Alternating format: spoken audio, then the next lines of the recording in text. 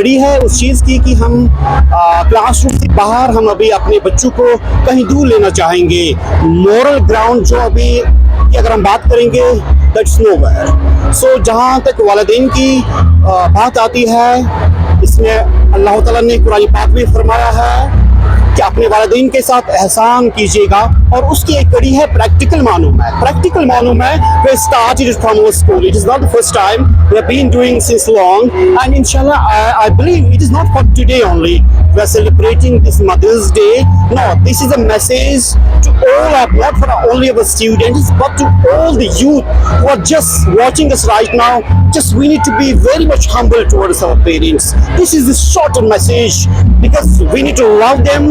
This is a practical thing. Each and every child, youth जो भी है, हमने उनका एहतराम करना है। ये छोटी सी कड़ी है आज जो हम यहाँ पे आपको दिखाने जा रहे हैं। देखिए, ये तो बताने की ज़रूरत नहीं है। आजकल की जो जनरेशन है आप उससे बिल्कुल वाकिफ़ है आप उस आजकल की जनरेशन से।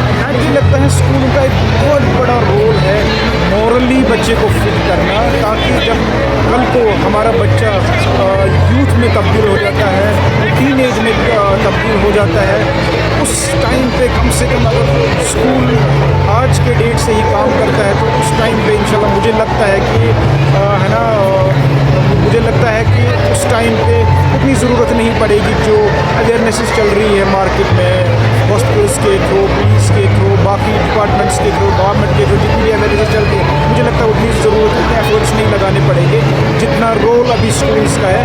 और उसी का ये एक बहुत बड़ा मकसद है, एक मैसेज देना, मॉरली बच्चे को फिट करना। मुझे ये बताइए, यहाँ पर हमारा फीट वॉश होता है।